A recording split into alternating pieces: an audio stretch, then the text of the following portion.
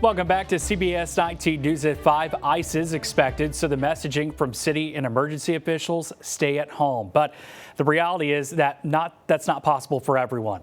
Katira Winfrey spoke to AAA Texas and joins us to share some tips to stay safe in icy conditions. Ideally, you would want to stay home when the weather takes a turn. And even if you have confidence in yourself, you have to factor in other drivers and black ice. That's the ice you cannot see.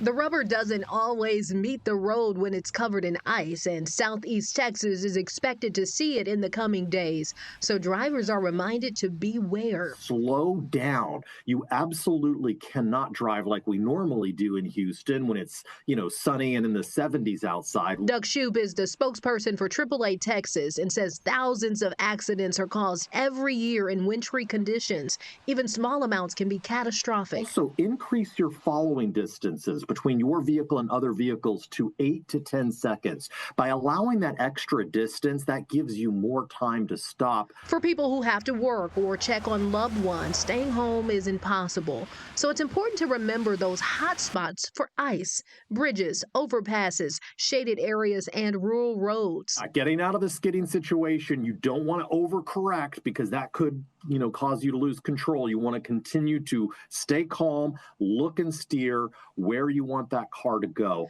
When the weather takes a turn, jackknife tractor trailers are common. Shoup says since they don't have the ability to stop quickly, other drivers getting over and not giving them space can create problems. Spoke to some truck drivers and they said a good rule of thumb is don't get over until you can see them fully in your rearview mirror.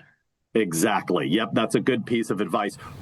And for the people new to Texas who may have come here from colder climates, you have to remember Texas doesn't treat the roads the same way they would in a Michigan or a Pennsylvania. So you're encouraged to drive as if you're on a non-treated road.